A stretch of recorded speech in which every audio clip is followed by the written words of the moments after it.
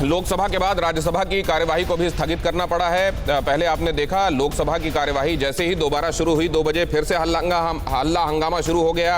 अपनी सीट पर जाने को तैयार ही नहीं थे विपक्ष के सांसद और इसलिए वहां कार्यवाही को स्थगित किया गया और यहां राज्यसभा की कार्यवाही को भी प्रोसीडिंग शुरू होने के 7 मिनट के भीतर स्थगित करना पड़ा है।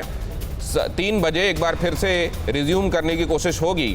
देखते हैं उस समय विपक्ष का तेवर क्या रहता है। लोकसभा को तो कार्यवाही शुरू होने के 1 मिनट के भीतर ही स्थगित कर देना पड़ा। वहां कोई आसार ही नजर नहीं आ रहे थे कि आगे प्रोसीडिंग्स चलाई जा सकती है। इतना हल्ला हो रहा था, इतना हंगामा कर रहे थे विपक्ष के सांसद और राज्यसभा में यह फैसला लेने में 7 मिनट लगे, लेकिन दोनों ही जगह कार्यवाही स्थगित हो गई है। दोनों ही जगह जब दोबारा कार्यवाही शुरू होती है तो देखना यह है कि क्या उसे सुचारू होने दिया जाता है, क्या उसके बाद, क्योंकि पहले ही प्रधानमंत्री ने कहा था कि आप जितने भी स्ट्रिक्ट सवाल चाहते हैं, तीखे सवाल चाहते हैं, पूछें, लेकिन सरकार को जवाब तो देने दें। आगे क्या किया जाता है विपक्ष की तरफ से।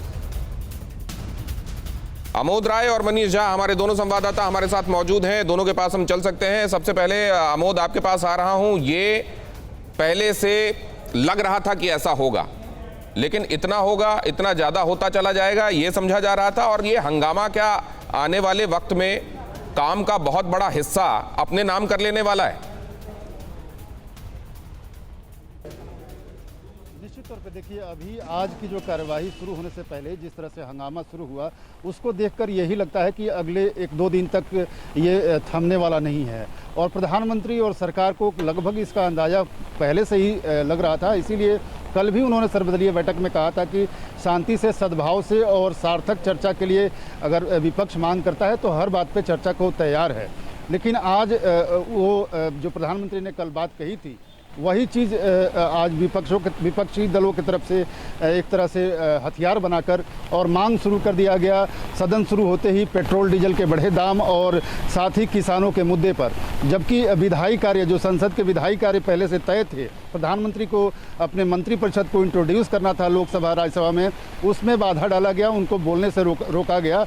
लिहाजा प्रधानमंत्री ने जो पलटवार किया वो भी बहुत दिलचस्प है। अगर विपक्ष ने मिडिल क्लास को टारगेट करते हुए पेट्रोल डीजल के मुद्दे को उठाने की कोशिश की है तो प्रधानमंत्री ने भी बड़े नपे सधे तुले जवाब दिया है और उन्होंने साफ तौर पे गांव, गरीब, किसान, दलित, आदिवासी, इन सब महिला, इन सब विषयों को उठाकर विपक्ष को एक तरह से चेतावनी दी है कि आप अगर पेट्रोल डीजल के मुद्दे पर संसद में हंगामा करेंगे, बाधित करेंगे तो सरकार भी फिर गांव, गरीब, किसान और मध्यम वर्ग की बात करके आपको उसी कटघरे में खड़ा करेगी।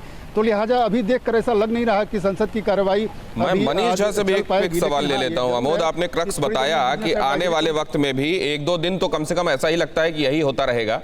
आप देख रहे हैं मनीष भी मौजूद हैं और आज दिल्ली में घोर बारिश भी हो रही है। दोनों ही संवाददाता छाते में खड़े होकर आप तक जानकारी पहुंचा रहे हैं। ये इसी तरीके की बारिश होती रहेगी सदन के अंदर भी या वहां कुछ राहत मिलेगी? मनीष। देखिए दिनेश, सबसे अच्छी बात यह है कि अगर सदन के अंदर चाहे सत्ता पक्ष हो या विपक्ष जनता से जुड़े मुद्दों पर अगर चर्चा करती है, हंगामा करती है, लेकिन जनता के मुद्दे उठती है तो इससे बेहतर और क्या हो सकता है संसदीय लोकतंत्र में। क्योंकि हंगामा को लेकर जो मेरी राय है तो आपको ध्यान में होगा कि जब 2014 से पहले बीजेपी विपक्ष में थी तब बीजेपी के विपक्ष के नेता अरुण जेटली और सुषमा स्वराज कहते थे कि सांसदों द्वारा सदन में हंगामा करना भी संसदीय लोकतंत्र में अपना विरोध जताने का एक हथियार होता है, एक तरीका होता है। तो ये बात कहना होता था अरुण जेटली और सुषमा स्वराज का। सबसे अच्छी बात यह है कि यहाँ पर आपको बहुत ही दिलचस्प बातें देखने को मिलती है। प्रधानमंत्री ने बहुत ही राजनीतिक कुशलता के साथ उस मुद्दे को उठाया कि देखिए कैसे विपक्ष हंगामा कर रहा है जब यहाँ पर गरीब, SC ST या महिला मंत्रियों को हम परिचय करा रहे हैं। ये उनकी राजनीतिक कुशलता थी। वहीं दूसरी तरफ विपक्ष का कहना यह है कि आप कह रहे हैं कि किसान के बेटे को मंत्री बनाया तो पहले किसान को तो बचा लीजिए, किसान के से संबंधित उस बिल का क्या होगा। तो सत्ता और विपक्ष दोनों अपने अपने पोजीशन पर आ रहे हुए हैं। इसलिए जो आपका सवाल था कि क्या बारिश होगी या राहत मिलेगी, तो मुझे लगता है इस मानसून सेशन में फिलहाल बाहर कितनी बारिश होगी नहीं पता, लेकिन सदन के अंदर दोनों के बीच में जरूर तकरार की बारिश तो होती ही रहेगी। अड़ी सोमवार से शुक्रवार शाम 6 बजे सिर्फ TV9 भारतवर्ष पर।